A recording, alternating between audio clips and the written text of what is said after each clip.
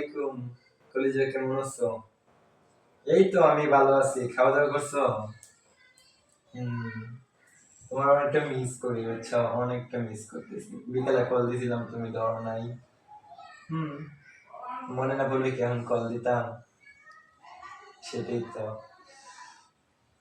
কিছু একটা বলবা, শুনতে ইচ্ছা করতেছে তোমার কণ্ঠে। হুম। আচ্ছা, একটা কিস দিবা কলিজা? আসসালামু আলাইকুম। কলিজা কেমন আছো?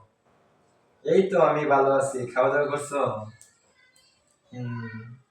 তোমার অনেকটা মিস করি বুঝছো, অনেকটা মিস করতেছি। বিকালে কল দিছিলাম, তুমি ধরো নাই। হুম।